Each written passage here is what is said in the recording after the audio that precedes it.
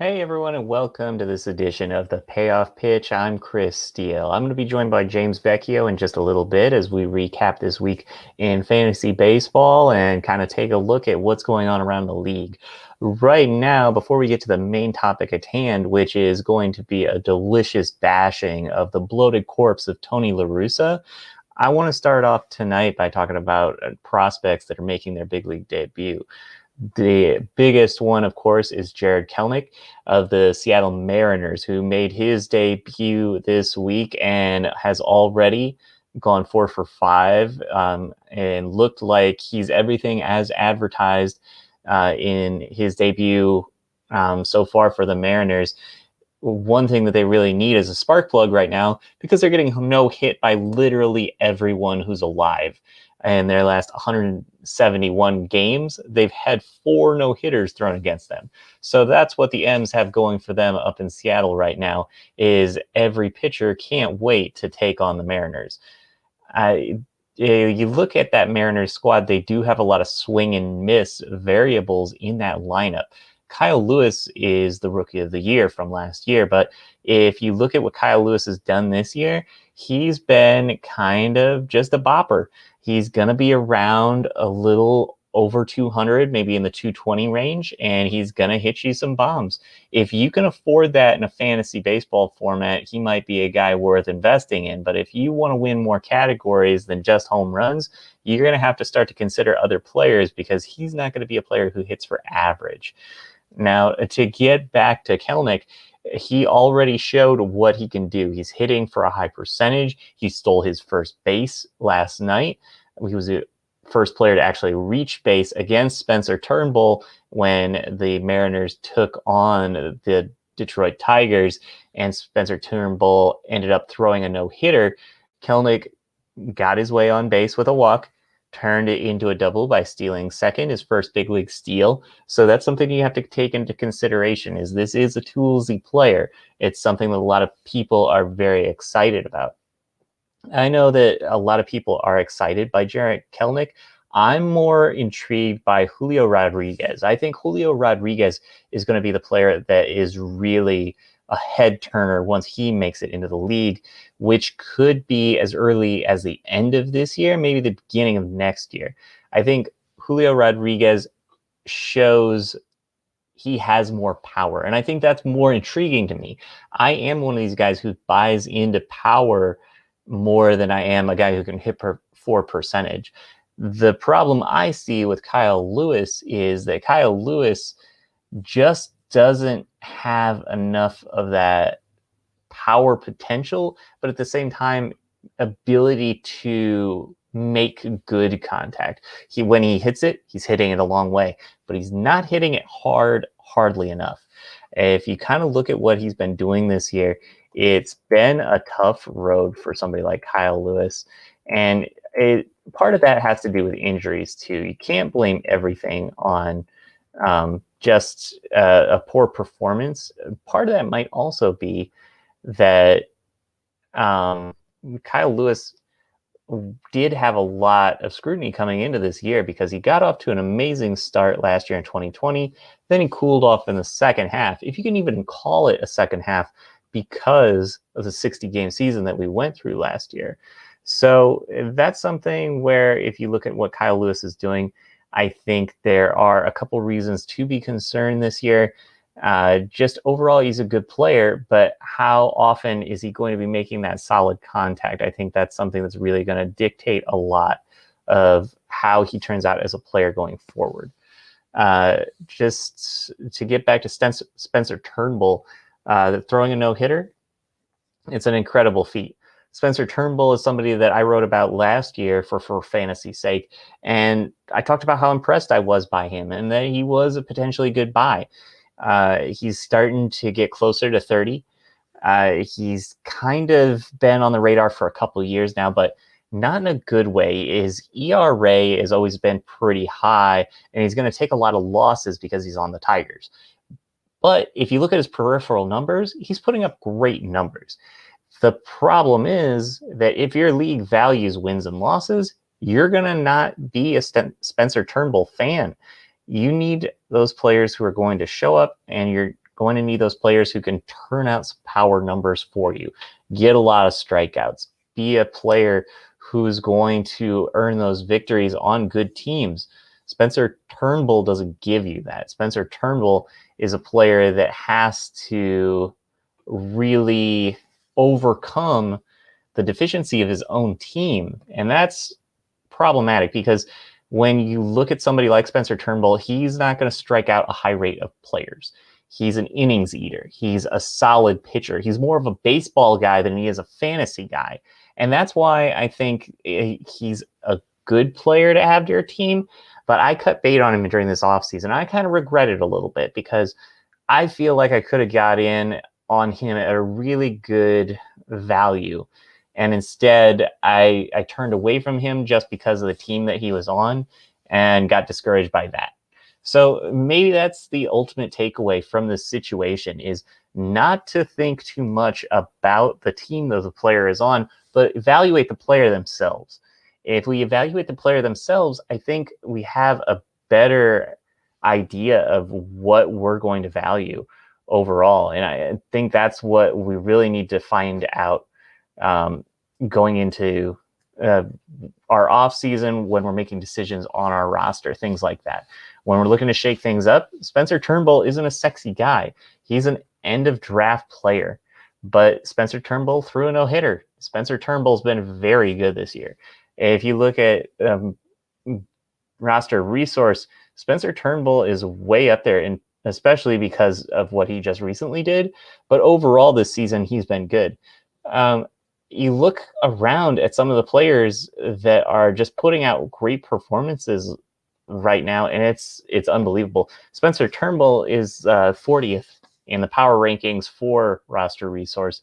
You look over at John Means with the Baltimore Orioles, another team that seems untouchable because the Orioles are so bad.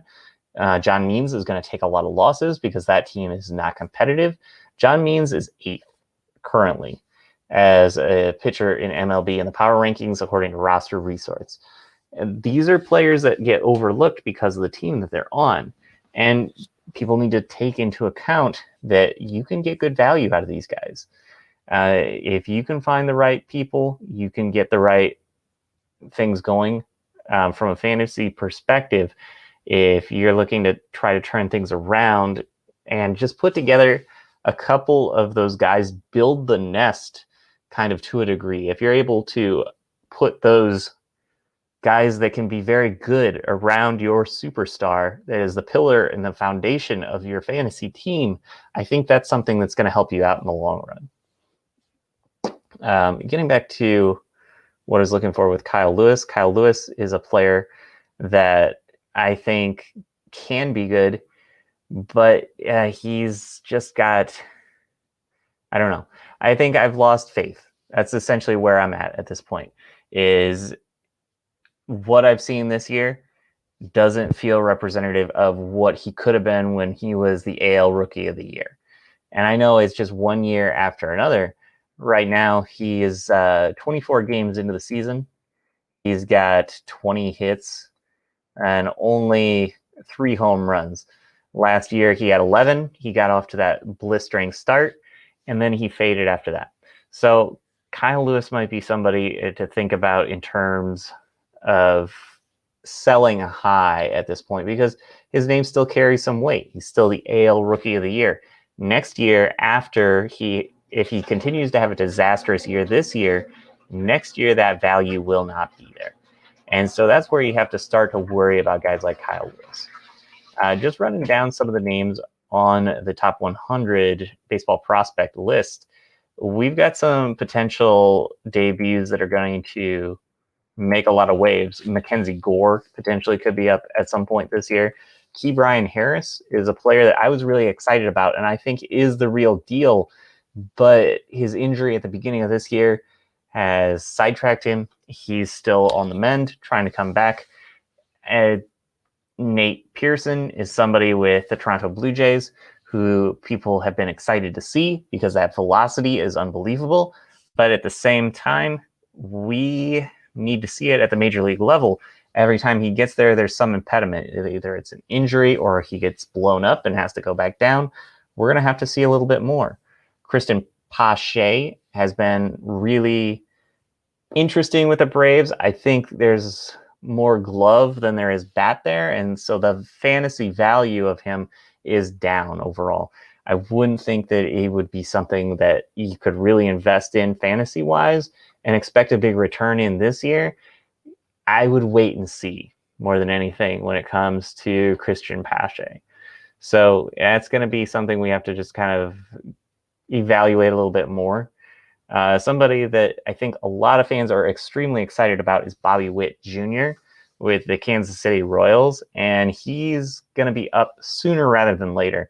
He's still only around 20 years old, but I would expect to see him at least some point here in the next year, maybe year and a half. Continuing on down the list, Sixto Sanchez is somebody that I think James and I are both in agreement on that we're in love with the NL East, but the NL East has gotten beat up all over the place this year. There is no reason to continue to be excited about the NL East pitching when a lot of them have gotten thrown off track in a big way. It seems like a lot of them are getting absolutely scorched, and even the AL Central pitching that I thought would be good didn't end up showing up this year. One of the guys I was very excited about was Tarik Skubal with the Detroit Tigers. He showed a lot of promise last year, and he's been destroyed by literally everybody this year. Tarik is just off to a terrible start, and I don't think there's any reason to really think he's going to turn it around with Detroit. I mean, if I'm giving up on a guy like Spencer Turnbull because he can't turn it around, what's Tarik Skubal going to do? It's just one of those things where Casey Mize is going to continue to rise, and guys like Tarik are going to continue to drop down.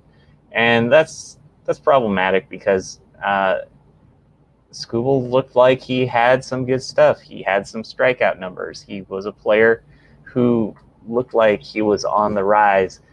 And then just this year, the bottom's dropped out. And it sounds like, to a certain degree, he's kind of given up on himself a little bit. And that's what's really upsetting, is that it feels like sometimes when you invest in these younger guys, you're going to get a great return. You also have to be willing to take your lumps on those guys and either get them off your roster, or you've got to try to move them for what you can get back. Right now, looking at Tarik Skubal, he's 0-6 with a 5.73 ERA. His ERA was a little bit better last season, but at the same time, he had a great strikeouts per 9. This year, it's dipped. It went from 10.4 strikeouts per 9 last year to 8.5 strikeouts per 9. And strikeout to walk ratio last year was 3.36. This year, it is 1.82. So the strikeouts have vanished, and the walk rate has increased. And that doesn't make for any good scenario that a pitcher can find themselves in. His fielder independent pitching has gone from 5.57, roughly around where his ERA was, to 7.32. So even this year, where he's not doing well, he's been unlucky, or he's actually been lucky, and the numbers don't reflect that. He's given up 11 home runs also this year, which is probably not something that a lot of people have done already in the season. That's got to be a high among pitchers. So that's one reason that sometimes investing in younger guys isn't going to work out for you. Getting back to what most of the league has been talking about is that Yermin Mercedes hit that home run off of William Astudillo, the other night and sparked a complete controversy because his own manager is a complete moron in Tony LaRussa. Now, Tony LaRussa is, somebody who wouldn't be caught, drunk behind the wheel of a Mercedes. But here's Yerman Mercedes hitting a home run, giving himself a boost in terms of contract negotiation, giving himself a boost in terms of the numbers he's able to put up this year to try to get those contract incentives. But Tony LaRussa is telling him not to continue to do those kind of things and respect the game. Well, at the same time, why are the Twins respecting the game by pitching a backup catcher? That doesn't make any sense. Willens Astudillo can do a lot of things on a baseball diamond. He's played catcher, he's played just about every infield position, and he also can play some outfield too. But he should not be pitching. That's 100% true. To make it seem like this game is just over and the other team should be the equivalent of a football team taking a knee doesn't make any sense to anyone. And that's what's really kind of troubling about the whole thing, is that Tony LaRussa isn't there standing up for his guys in the end. When it comes to standing up for his team, and of course, Mercedes gets plunked yesterday, and Tony LaRussa says it's the right thing to do. That's ridiculous. Stand up for your team. Be a manager. Be a leader. That's what your job is. Your job is not to enforce the old ways of baseball. Your job is to be a leader for your team and to back your guys. I shouldn't have to see Tim Anderson on social media being the person who has to lead his team and tell Yerman Mercedes that he's got his back. Tony LaRussa should have his back. Tony LaRussa shouldn't be this person that's out there trying to defend baseball when baseball doesn't need defending. Baseball needs players that are willing to have fun. Baseball needs players that show flair. And if a team is pitching a backup catcher, there's no respecting the game involved in that. And we have to know that. Tony LaRussa, even at some level, in his drug-addled, alcohol-induced mind, knows that. The problem that comes around is that people in baseball are continuing to value these old ways, and it continues to be entwined in the game that we love and that we want to see these players that are the next wave, the Fernando Tatises, the Ronald Acuñas, take the reins of this league and show us that having fun and baseball don't have to be two separate things. Right now, Tony LaRussa is fighting against that. Tony LaRussa wants there to be this divide between the younger players who need to learn how the game's played and what it means to be a baseball player. Yerman Mercedes has every right to celebrate. Yerman Mercedes has every right to take a shot, and it's a 3-0 count, and he can blast one out. You know why? Because Yerman Mercedes probably shouldn't even be here right now. If it wasn't for an injury to Eloy, Yerman Mercedes would be in AAA somewhere, and we wouldn't even be talking about it.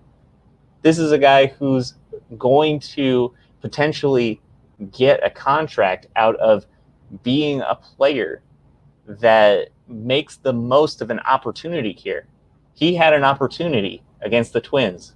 He had an opportunity to hit one out, and he did. He took that opportunity. And it's not anything that hurt anybody other than the feelings of the Minnesota Twins, which were already hurt at that point.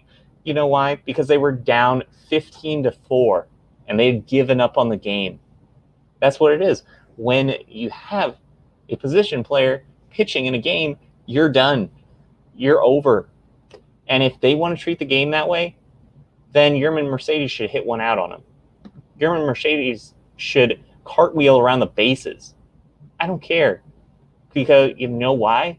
The Minnesota Twins told us that they don't care. And that's the real issue here, is that it's being objectively offended. Tony LaRussa and the baseball old guard are going out of their way to find something that they don't like because of the players. If we're going to get real about it, the players who are the ones who want to celebrate. And that's troubling.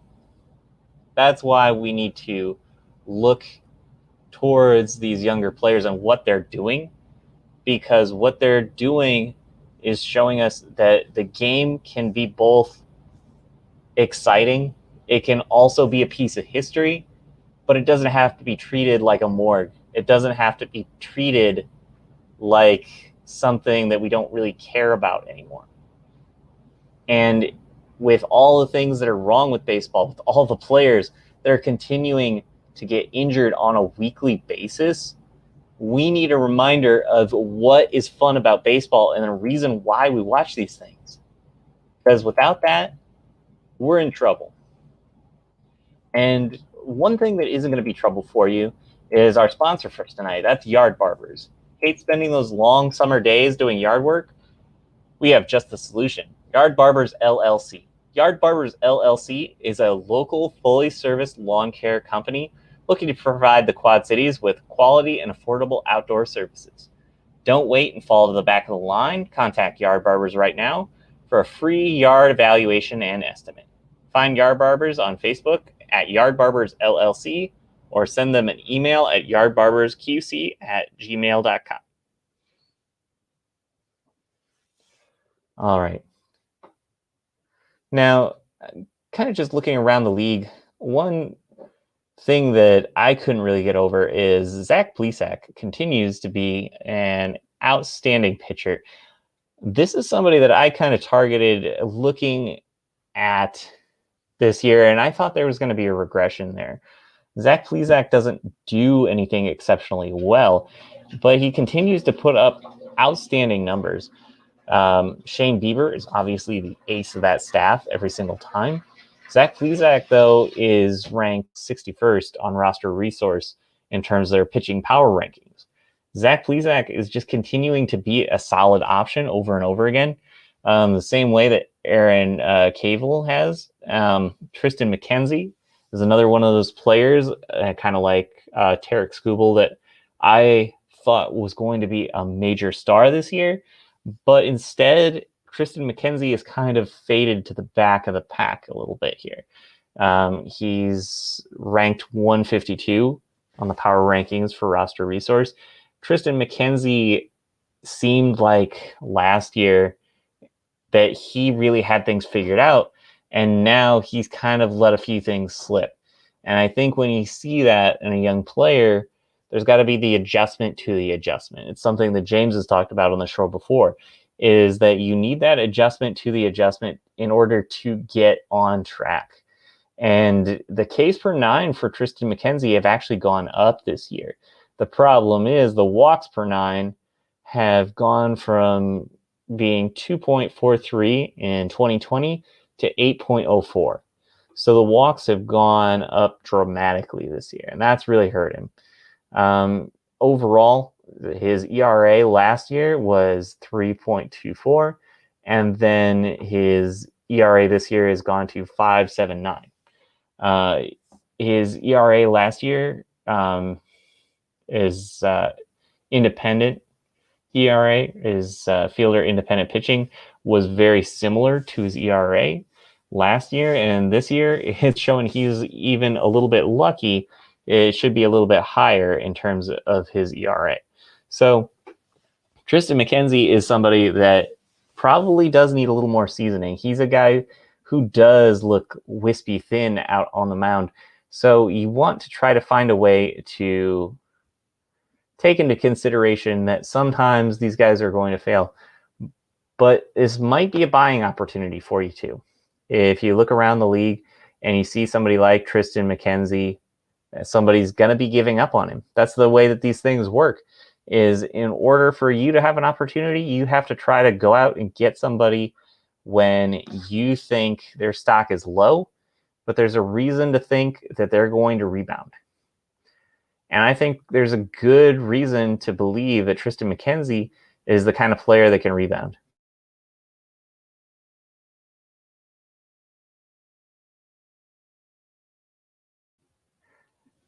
And so, what is there to really make out of some of these situations that are going on around baseball?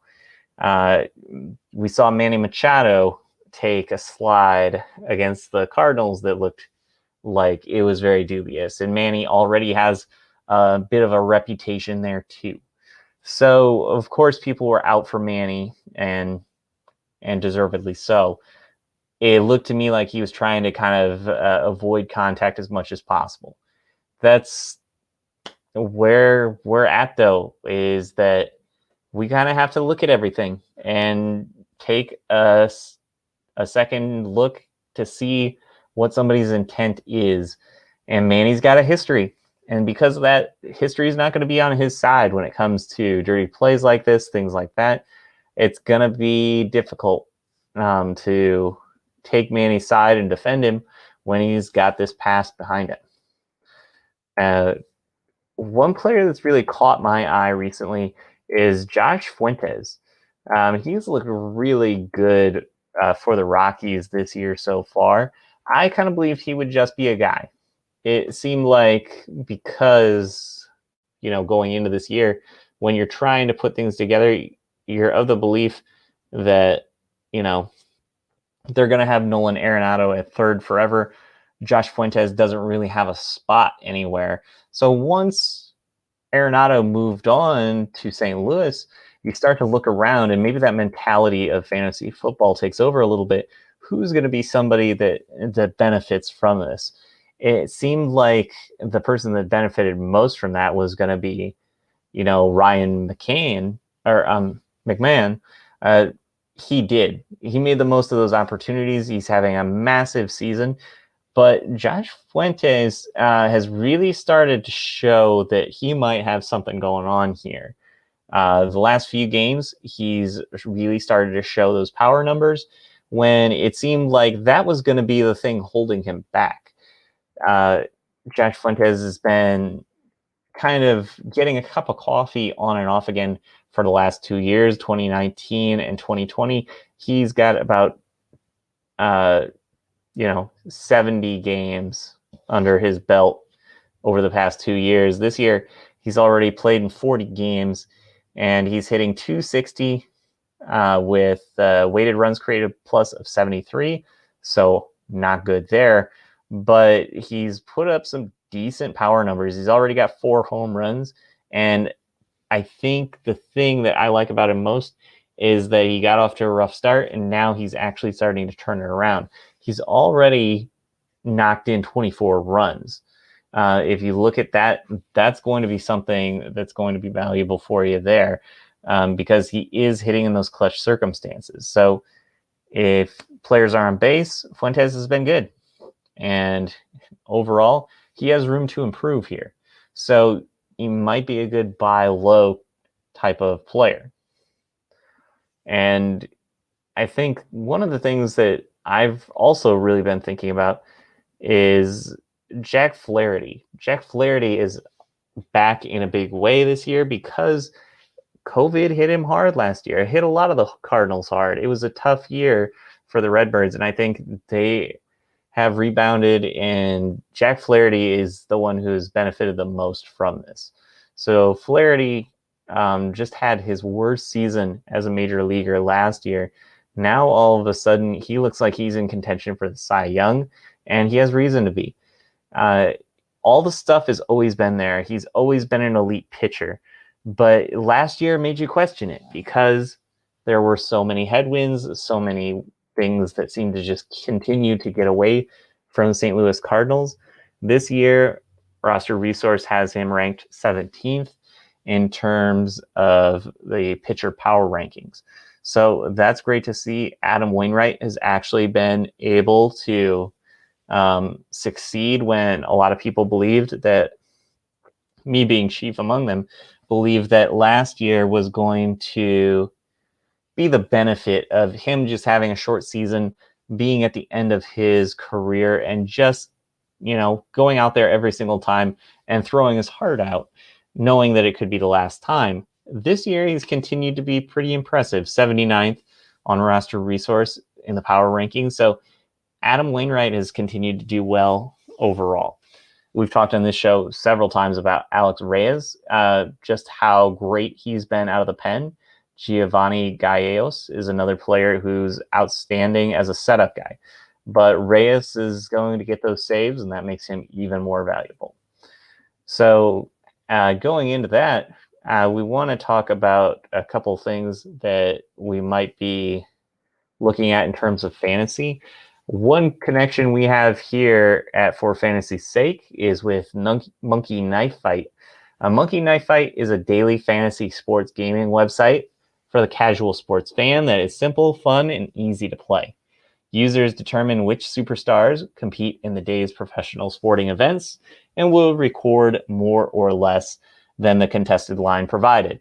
Monkey Knife Fight's daily fantasy prop games play similar to the salary cap-based DFS games, but without the algorithms, lineups, and most importantly, the sharks. There are several contests to choose from, none of which require hours of research required on competing sites. Start with the simple 2-on-2 or go for the highest payouts, 100 times and higher, by selecting an 8x8 more or less contest. Get started now with a 100% instant match bonus of up to $50 with a promo code FFSQC.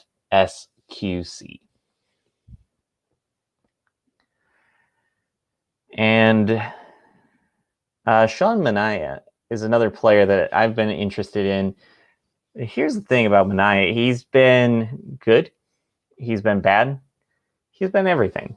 What is Sean Manaya? I think that's very difficult to really get a read on what he could be, because he could be so good.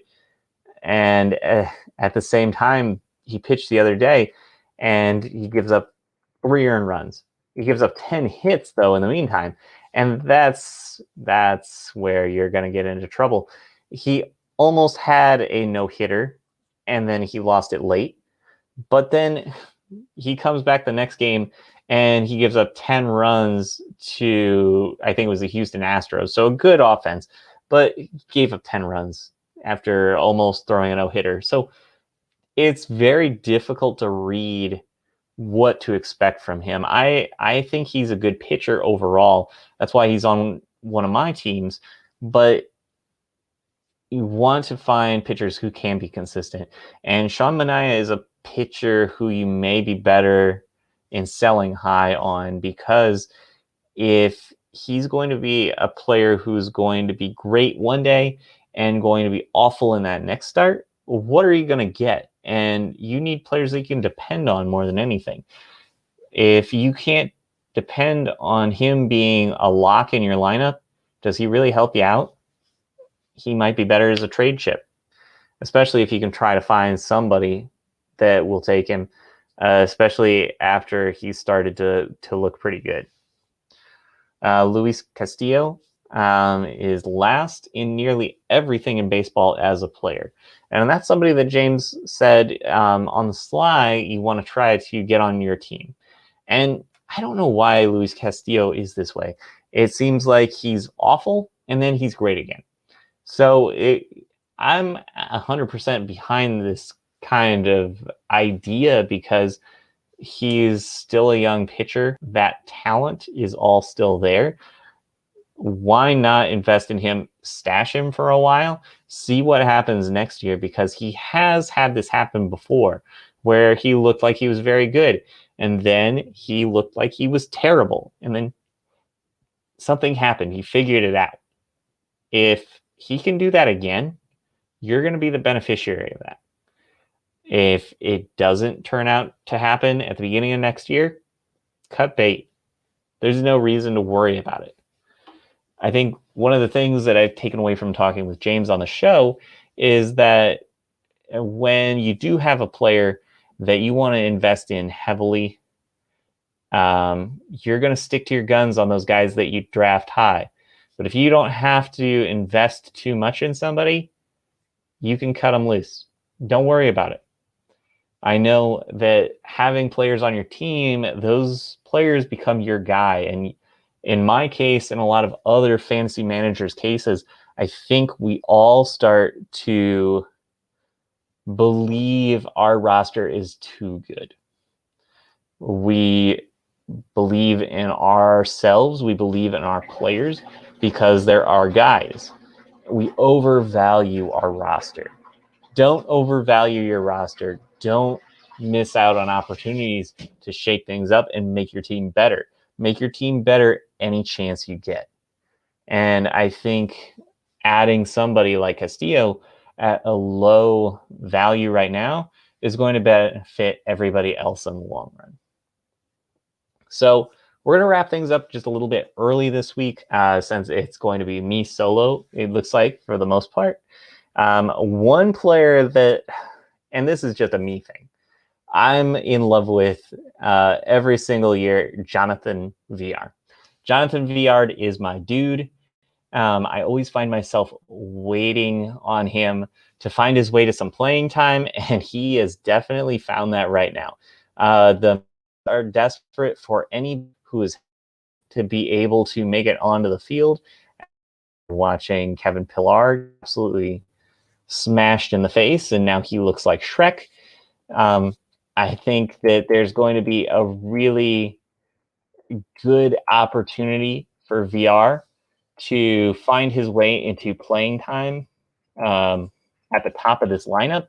And he's going to be extremely valuable, especially at third base, where right now there aren't a ton of really good options. Jonathan VR is going to get a lot of at-bats. Jonathan VR is going to score a lot of runs because that's what this lineup is it should be better. And right now it's not, but things are going to turn around for this Mets team. I just got a feeling that with the pieces in place, Pete Alonso hasn't started to hit as well as he typically could. VR is going to be at the top of that lineup. Francisco Lindor hasn't looked like himself yet. He's going to get there. Dominic Smith has been disappointing. I called that all along, but Dominic Smith could turn it around too. He's shown that potential. He's a better player than I believe he is. So look for this Mets team to start to turn things around. Jonathan VR at the top of that lineup he's a spark plug. He's always going to find his way into getting on base, getting hits, and being valuable to your fantasy team.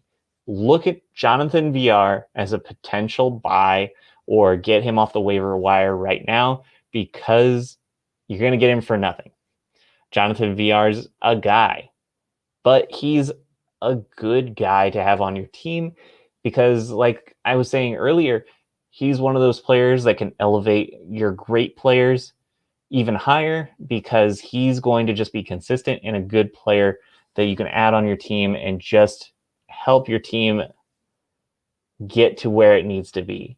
He's going to add those little stats, those little things you need, while your players that are elite continue to win you the week. He's going to be the player that just continues to cancel out other players having off weeks. And I think that's why Jonathan VR is a player that you should be looking at to add this week.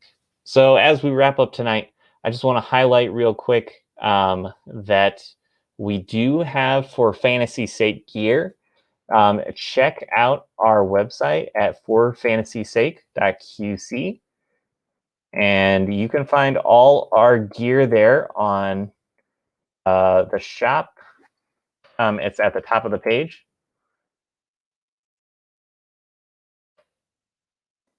Yeah, so go to forfantasysakeqc.com. At the top of the page, there's going to be shop right next to pods. You can get all our podcasts there, all of our different shows. Points in the Paint will be returning again soon, so keep an eye out for an update on that. And just for this week, I'm Chris Steele, and this is the Payoff Pitch. I hope everybody has a good night, and we'll see you next week.